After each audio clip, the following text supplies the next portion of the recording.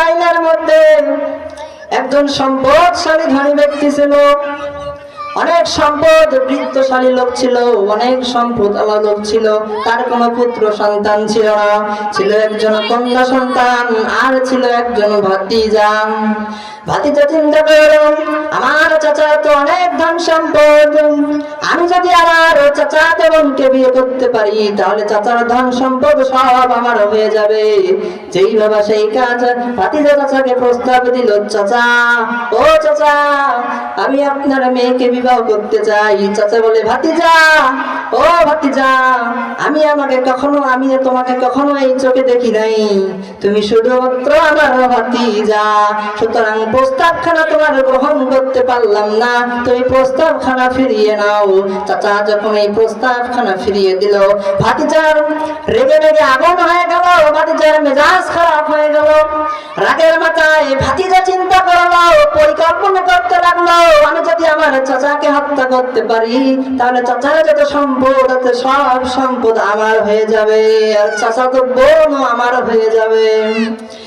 যেই বাবা সেই কাজ, পরিকল্পনা মোতাবেক চাচাকে হত্যা করে অমুক এলাকার গ্রাম সংলগ্ন একটা মাঠে চাচার লাশটা রেখে দিয়ে আসে।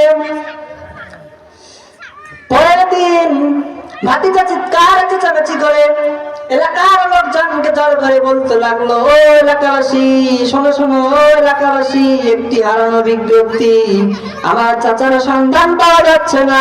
কোন সৌভাগ্যবান ব্যক্তি যদি আমার চাচার সন্ধান পেয়ে থাকেন তাহলে এই ঠিকানায় যোগাযোগ করবেন, তাকে পুরস্কৃত করা হবে। এরকম স্লোগান, এরকম মাইকিং আমাদের আশেপাশে আসে না নাই। তো ভাতিজা পরদিন চিৎকার চেঁচামেচি করে বলতে লাগলো, ও এলাকাবাসী, একটি হারানো বিজ্ঞপ্তি, আমার চাচার সন্ধান পাওয়া যাচ্ছে না। খুঁজতে খুঁজতে ওই অমুক এলাকার গ্রাম সংলগ্ন মাঠে গিয়ে দেখে এলাকার লোকজন ঘিরে রেখেছেন। গিয়ে দেখেন যে তার চাচার লাশটা ওখানে, সে নিজেই মাটির মধ্যে থাপড়াচ্ছে আর গায়ের মধ্যে মারছে আর হাউমাউ করে কান্নাকাটি করছে। আর ওই এলাকার কিছু লোকজনকে দোষারোপ করতে থাকলো। ওই এলাকার লোকজন বলে যে, না, আমরা বাড়ি নাই, আমরা সকালবেলা উঠেই দেখি যে লাশ পড়ে আছে তোমার চাচার। কিন্তু ভাতিজা বলে যে, না, তোমরাই মারছো। ওরা কয়, আমরা বাড়ি নাই, ভাতিজাই করছে, তোমরাই মারছো। দুইটা দল তৈরি হয়ে গেল। দুই দলের মধ্যে তর্ক বিতর্কের এক পর্যায়ে অস্ত্র শস্ত্র নিয়ে রেডি, তারা মারামারি করবে, খুনাখুনি করবে। কিন্তু ওই এলাকার কিছু বুদ্ধিজীবী লোক ছিল, তারা বললো, ও এলাকাবাসী শোনো, তোমার ঝগড়াঝাটির কোনো